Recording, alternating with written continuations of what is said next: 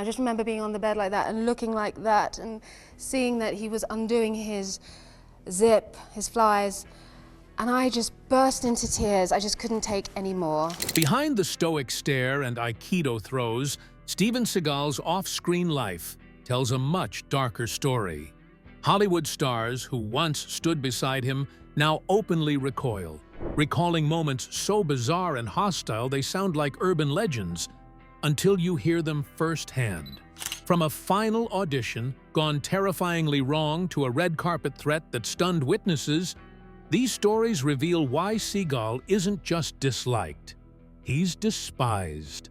Let's find out those people who loathe him. Rachel Grant.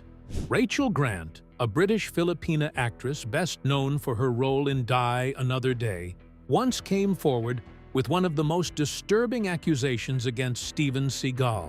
Hi, I'm Rachel Grant. I'm best known for my role as Peaceful Phantoms of Desire in the James Bond film Die Another Day. Here's me with Pierce Brosnan. In 2018, she revealed that an audition for his film Out for a Kill in 2002 turned into something far darker than a professional meeting.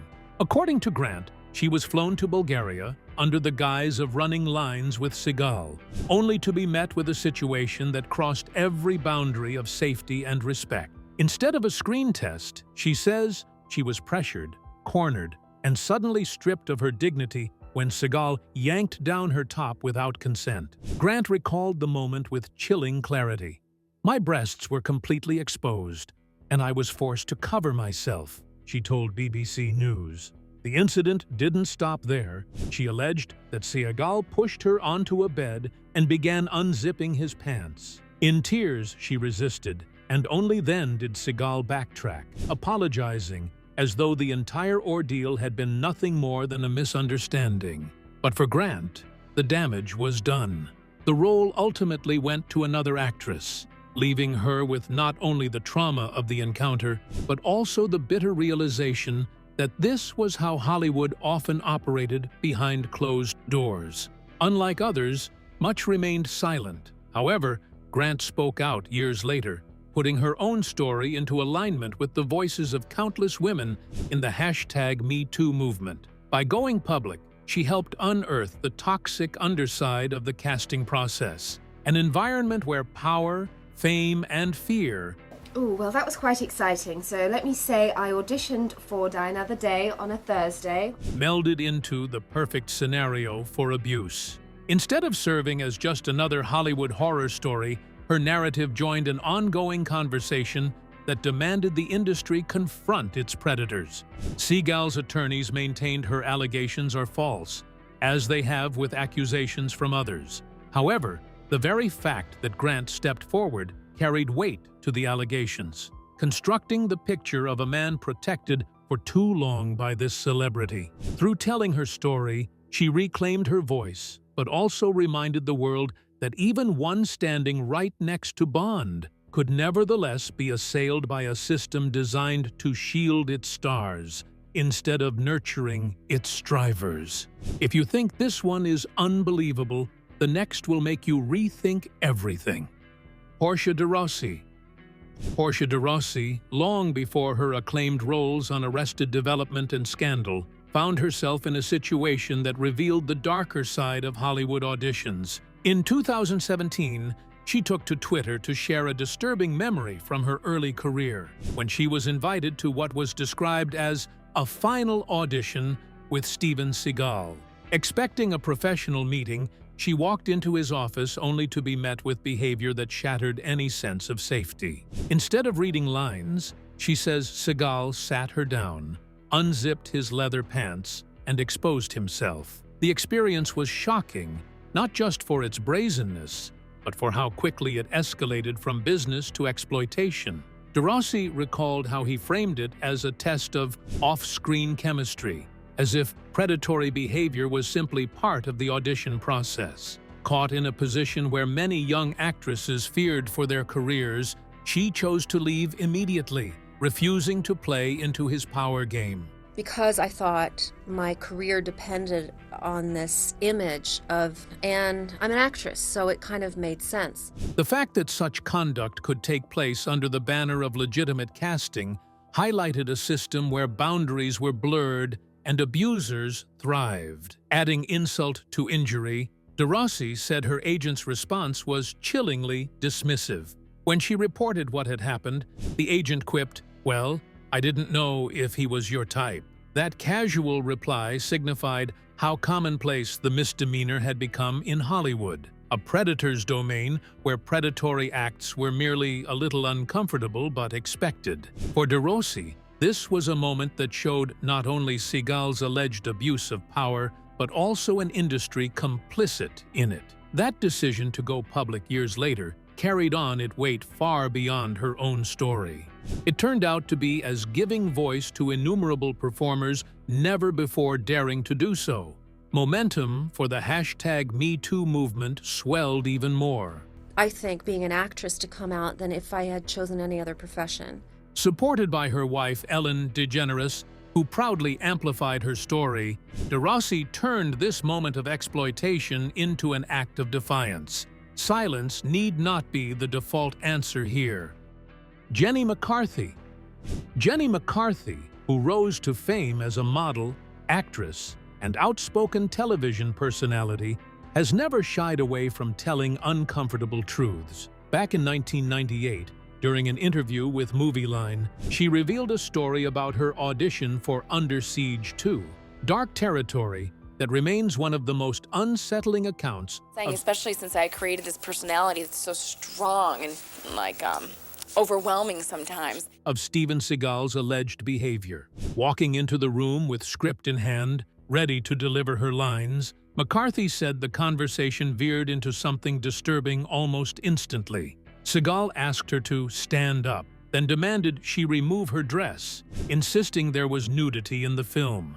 Caught off guard, McCarthy pushed back, pointing out that there was no nudity in the script. Still, she recalled Seagal pressing the demand, repeating himself with a confidence that made it clear he was used to such power plays. Her refusal only escalated the tension. Shocked and overwhelmed, she said she burst into tears, firing back with the now famous line, "Rent my Playboy video, you asshole."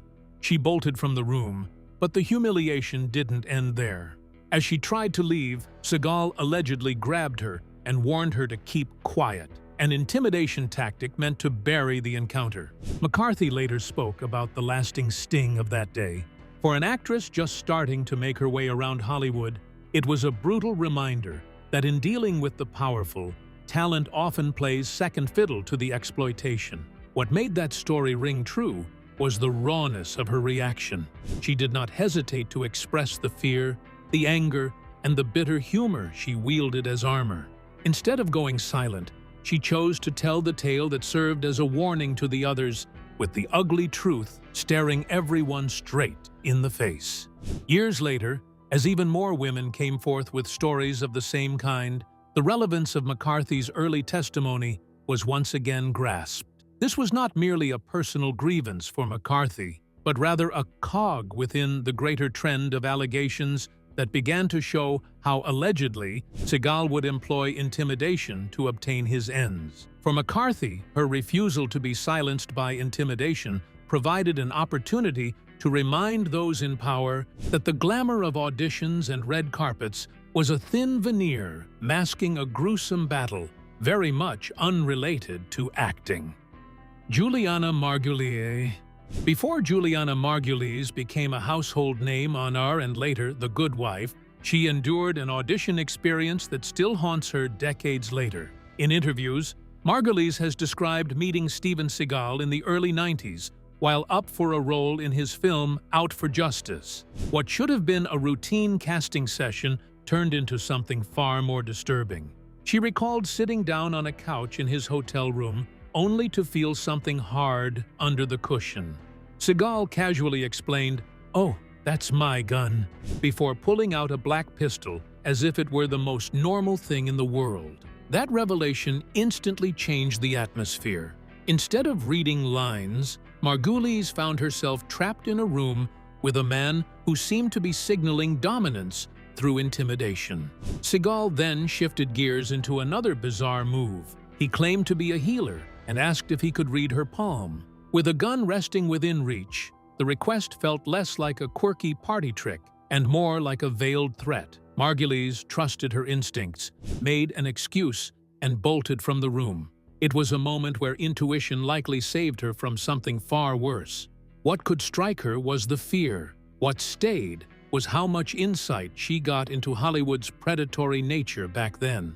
Many years later, she would say this night taught her to listen, which served her the day she walked away from another hotel room meeting with Weinstein. For Margulies, that night with Seagal was a clarion call for understanding the perversion of power in the business. While Seagal has never publicly confronted her account, Margulies' own story rings true with so many other unsettling narratives. A mixture of weaponry, pseudo-spiritual manipulation, and explicit undertones characterize this not as the actions of a colleague, but rather of a man operating through fear and control. In telling her story, Margulies underscored just how easily so-called opportunities in Hollywood turn into traps. And she reminded others that sometimes in an audition, the bravest thing you can do is leave. Pamela Anderson. Pamela Anderson, at the height of her Baywatch fame, was among the actresses considered for the female lead in Steven Seagal's 1992 hit Under Siege. But instead of a straightforward casting meeting, Anderson says she was confronted with a proposition that left no room for ambiguity. During their conversation, Seagal allegedly told her bluntly, "If you don't do it, that girl across the hall will do it, and she'll get the job." For Anderson, who was already one of the most recognized faces in Hollywood, the exchange wasn't just offensive, it was a window into how roles were sometimes dangled as leverage for explicit act. Rather than play along, Anderson shut him down instantly. She recalled responding with a firm, "Good, goodbye," and walking away without hesitation. Her reaction was less about shock and more about instinct, a refusal to let desperation for a role outweigh her own boundaries. At a time when many aspiring actresses felt they had no choice but to comply or stay silent, Anderson's quick exit was an act of self-preservation. Looking back, she credited her spidey sense for steering her away from situations that didn't feel right. An intuition, she says, kept her safe more than once in an industry notorious for predators. The role eventually went to another Baywatch alum, Erika Eleniak, a casting choice that felt like Hollywood irony.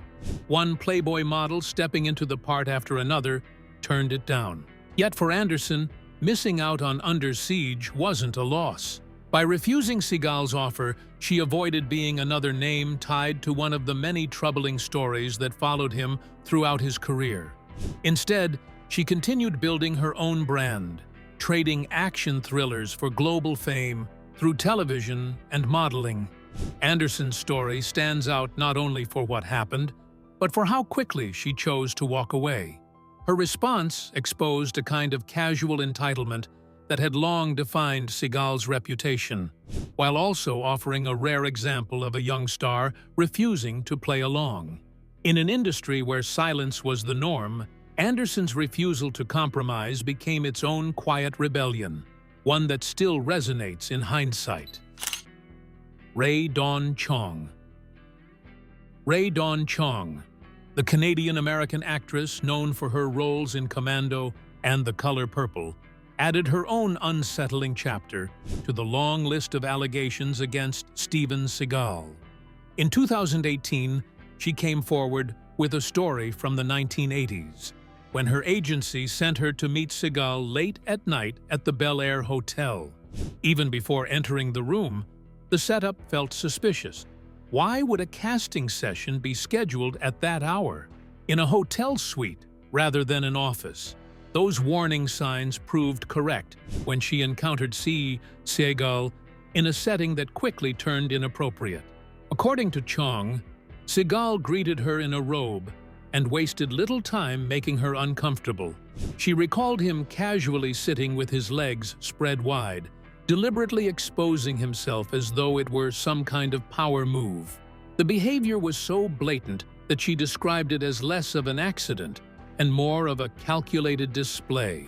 Rather than play along, she shut down the encounter immediately, refusing to cross the threshold into his room when he tried to smooth it over by asking if her blouse was silk and whether he could touch it, and left without hesitation. Chong's reaction was fueled not just by instinct, but by her own resilience. In later interviews, she admitted that had Seagal tried anything further, she would have fought back without remorse. "To be honest, I would have unalived him," she said, underscoring how deeply his actions had crossed the line. For her, the encounter wasn't just creepy. It was a stark reminder of how Hollywood often placed women in situations where they were forced to defend themselves against men wielding both fame and intimidation. John Leguizamo. John Leguizamo, celebrated for his sharp wit and fearless storytelling, has never shied away from recounting one of his strangest and most violent encounters in Hollywood. In 1996, while preparing for the thriller Executive Decision, he walked into rehearsal only to hear Steven Seagal proclaim to the cast, "I'm in command. What I say is law." Leguizamo, unable to take the declaration seriously, laughed out loud, a reaction Seagal clearly didn't appreciate. Within seconds, the 6-foot-plus action star reportedly slammed him against a brick wall with an aikido elbow, knocking the wind out of him. "I dropped to the floor, gasping," Wes Leguizamo recalled years later. For most actors, such a humiliating moment might have been buried. But Leguizamo turned the encounter into art. In his 2011 one-man Broadway show Ghetto Clown, he reenacted Seagal's posturing, even poking fun at the star's infamous running style. The story became a fan favorite, exposing Seagal not as the stoic action hero he portrayed on screen, but as a fragile ego wrapped in martial arts bravado. Audiences roared with laughter, while Leguizamo transformed a moment of intimidation into comedic revenge. Seagal, however, didn't find the retelling nearly as funny. Reports circulated that he later threatened to punch Leguizamo if they ever crossed paths on a red carpet. The irony wasn't lost on anyone. A man who once claimed to operate on a higher plane was reduced to making schoolyard threats. Leguizamo, never one to mince words, brushed it off with a jab of his own. "I don't think he gets invited to many red carpets," he quipped, turning Seagal's hostility into yet another punchline. "Stay sharp, because what's coming is on another level." Jean-Claude Van Damme. Jean-Claude Van Damme, the muscles from Brussels, built his career on high kicks, splits, and a reputation as one of the most bankable martial arts stars of the late 80s and 90s. But behind the scenes, one of his longest-running rivalries wasn't with a co-star on screen, it was with Steven Seagal. The tension began in the early 90s when Seagal went on the Arsenio Hall show and dismissed Van Damme's martial arts credentials as a matter of opinion. For Van Damme, who had spent years proving himself in full-contact tournaments before Hollywood, the jab was more than professional shade. It was a direct attack on his credibility. Seagal didn't stop there. In later interviews, he scoffed at the idea of Van Damme being a real fighter, once smirking, "Can I laugh in your face?" The rivalry simmered for years, but it came to a head at a party hosted by Sylvester Stallone in 1997. Surrounded by some of the biggest action stars of the era, Van Damme reportedly challenged Seagal to settle things on the spot. According to Stallone, Seagal made a quick excuse and left the gathering, avoiding the showdown entirely. For a man who cultivated an aura of invincibility, fleeing from a fight with Van Damme only deepened the perception that his confidence was more performance than reality. The drama didn't end there. Van Damme, fueled by Seagal's constant dismissals, allegedly tracked him down at a nightclub later that night, offering him a second chance to prove himself. Once again, Seagal disappeared without confrontation. Stallone, retelling the story with a mix of amusement and disbelief, described Van Damme as berserk with frustration and Seagal as unwilling to back up his bravado. The tale became part of Hollywood legend, the night Seagal ducked not once, but twice. Charlize Theron. Charlize Theron, an Academy Award winner celebrated for both her dramatic range and action prowess, is no stranger to physical combat on screen. Known for performing many of her own stunts in films like Atomic Blonde and Mad Max: Fury Road, she has built a reputation as one of Hollywood's most convincing action stars. So when she was asked about Steven Seagal in a 2020 interview with Howard Stern, she didn't mince words. Watching clips of Seagal demonstrating aikido techniques, she mocked his awkward movements, bluntly saying he looked incredibly overweight and just pushing people around. For someone with her track record of brutal, highly choreographed fight scenes, her dismissal hit especially hard. But Theron did not stop with impugning his questionable martial arts ability. She also took aim at the troubling past of the man with the women. She recalled the many allegations made against him by Jenny McCarthy, Porsche de Rossi, etc., for harassment and assault. "I have no problem talking about him because he's not very nice to women," she proclaimed. At that point, Theron was not merely another celebrity questioning Steven Seagal's credibility, but aligning herself with the women who had put their reputations on the line to call him out and use her voice to elevate theirs.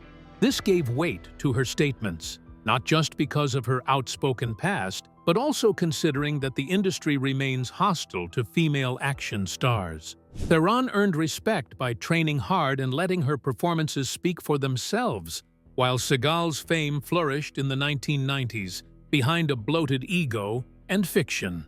To her audience, he was an all-consuming image, one that was easy to take down.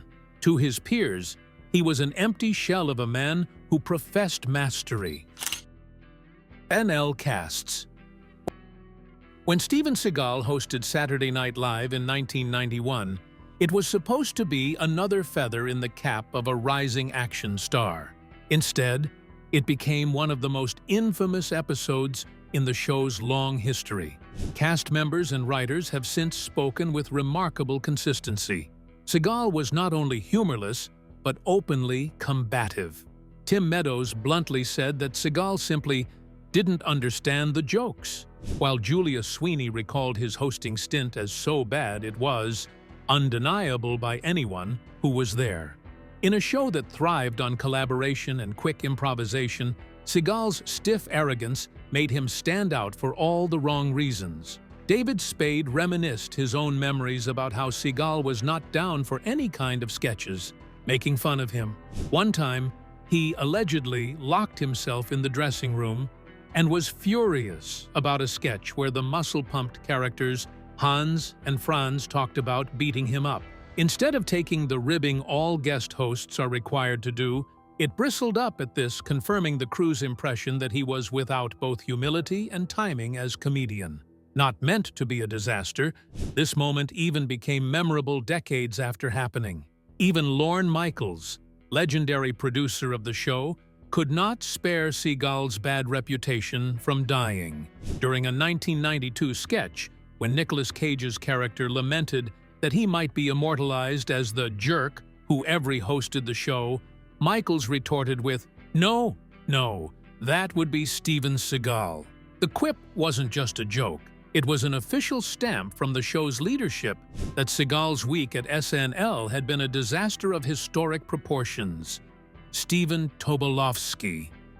Stephen Tobolowsky, the veteran character actor beloved for his turns in Groundhog Day and countless TV roles, once found himself caught in one of the strangest on-set experiences of his career, courtesy of Steven Seagal.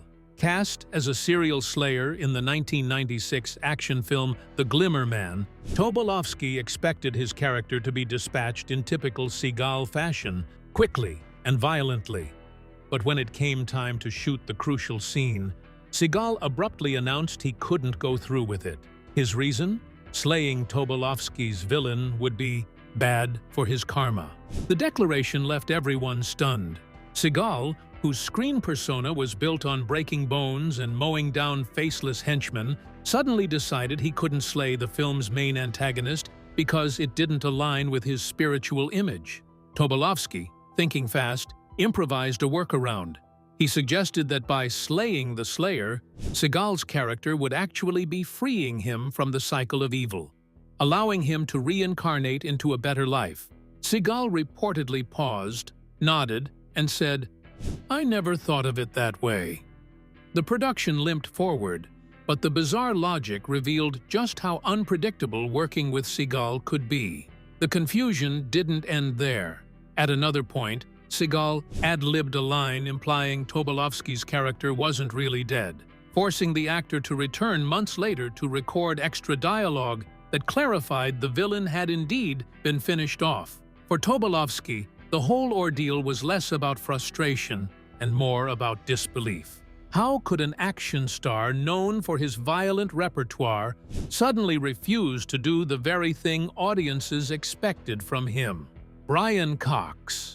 Brian Cox, the Scottish actor revered for his commanding presence on stage and screen, didn't hold back when it came to assessing some of Hollywood's biggest names in his 2021 memoir, Putting the Rabbit in the Hat. Known for his sharp wit and blunt honesty, Cox handed out praise and criticism in equal measure. And when he got to Steven Seagal, his words cut with surgical precision. He described Seagal as ludicrous in real life, a man whose attempt at spiritual calm came off less as wisdom and more as a performance of superiority. Cox's take carried weight because he had first-hand experience working with Seagal. The two appeared together in The Glimmer Man in 1996, a film critics largely dismissed as joyless and formulaic.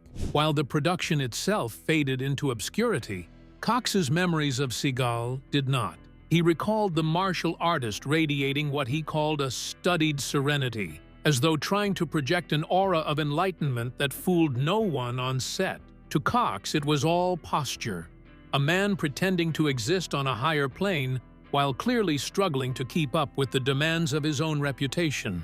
This ambiguity definitely adds to the zest of Cox's critique. In a way, his memories waded through others of the Hollywood deep end. Johnny Depp was scorched. David Bowie was burnt. Yet with Seagal, it was almost incredulous amusement.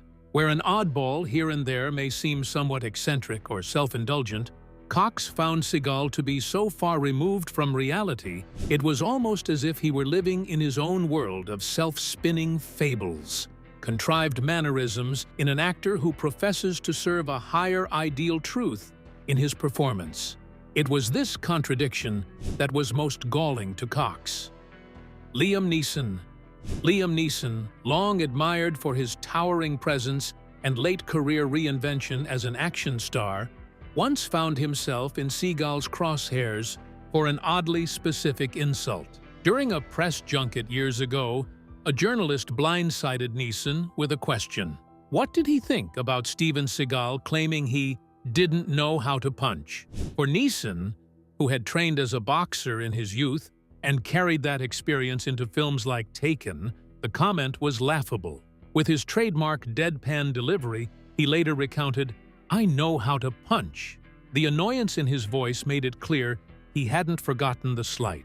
In 2017, Liam Neeson came on Jimmy Kimmel Live Show and told the story with a different punchline added in. When asked if he worked with Seagal, Neeson shot, "I want to know who dyed his hair, Stevie Wonder?"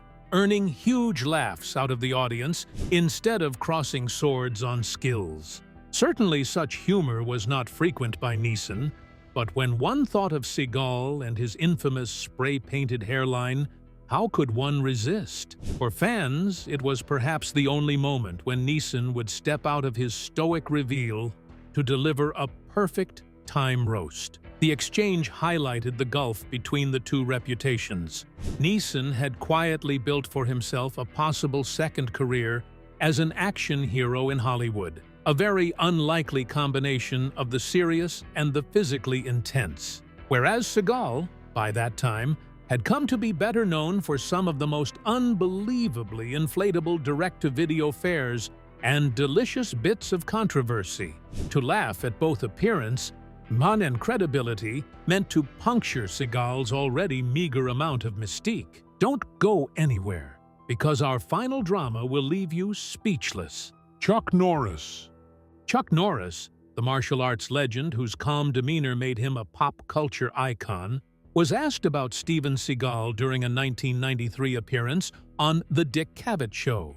Norris, usually measured and diplomatic, seemed careful at first when asked if Seagal was as skilled as his movies suggested. He admitted he wasn't sure, pointing out that Seagal's action scenes were often filmed in close-ups and quick cuts, making it hard to judge his actual technique. But the conversation didn't stay polite for long. When Cavett pressed further, hinting at Seagal's off-screen reputation, Norris's response suggested the rumors weren't just gossip. Cavett recounted a story about a martial artist who acted aggressively when approached in public, though he couldn't remember the man's name.